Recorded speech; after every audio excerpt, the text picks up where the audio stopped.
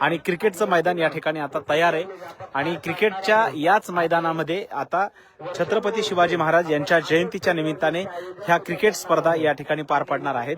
तर या ठिकाणी हा संपूर्ण मैदान आहे आणि या ठिकाणी अचानकपणे आजचा हा दौरा या ठिकाणी ठरलेला आहे आणि अवघ्या काही क्षणातच मनोज दादा जरांगे पाटील या ठिकाणी येत आहेत। दादांचं आगमन काही क्षणातच या ठिकाणी होत आहे आणि दादांच्या स्वागतासाठी आपण बघतोय की ह्या क्रेनच्या माध्यमातून एक प्रचंड मोठा असा हा हार या ठिकाणी आणलेला आहे आणि दादांचं जबरदस्त स्वागत करण्याची तयारी या ठिकाणी या वायबटवाडीकरांनी केलेली आहे। खरं म्हणजे हा संपूर्ण जो कार्यक्रम आहे हा कार्यक्रम गावापासून जवळपास 4 किलोमीटर अंतरावरती आहे।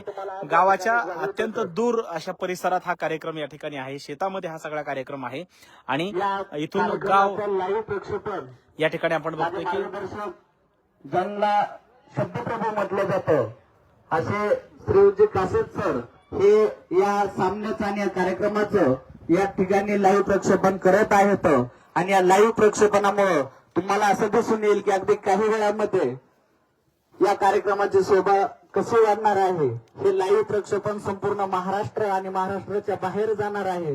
याच्यासाठी या सभामंडप मध्ये तुम्ही पाहिजे, महाराष्ट्राला सुद्धा आपले चेहरे दिसायला पाहिजेत। सगळे क्रिकेट संघ इकडे बोलून घ्या ना। मावळे कसे आहेत, पाटलांचे सवंगडी कसे आहेत, पाटलाचे मित्र कसे आहेत, हे सर्व आपल्याला या ठिकाणी संपूर्ण महाराष्ट्र बघणार आहे।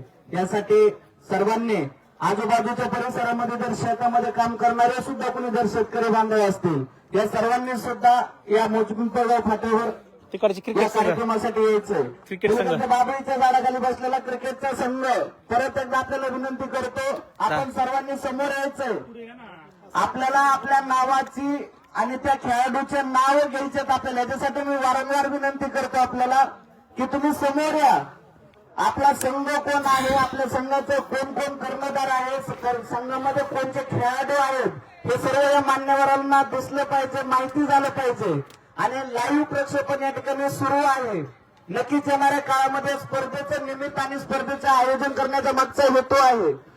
आपल्या बीड तालुक्यामधून सर्वसामान्य घरातला सुरेश दासांचा मुलगा आता रणजी क्रिकेट खेळतो, वैभव सूर्यवंशी सारखा 15-16 वर्षाचा खेळाडू IPL मध्ये जाऊन खेळतो, अंडर 90 सारखा आताच भारताला एक पारितोषिक भेटलं। तसेच या वायबटवाडी मोचपिंपळगाव किंवा या पाली सर्कल मधला सुद्धा एखादा खेळाडू नक्कीच वर जाऊ शकतो। याच्यासाठी असणारे आपल्याला योगदान देणं गरजेचं असतं। कार्यक्रम कोणताही असला तर त्या कार्यक्रमाचं औचित्य काय आहे हे ओळखता आलं पाहिजे।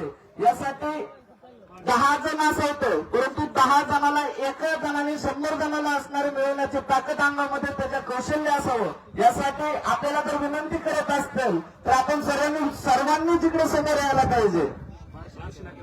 बार्शी नाका दादा या ठिकाणी क्रॉस केलेला नाक्याचा जो चढ आहे, बार्शी नाका क्रॉस करून पेलगाव नाक्याचा जो चढ आहे त्या चढायला सध्या गाडी आहे।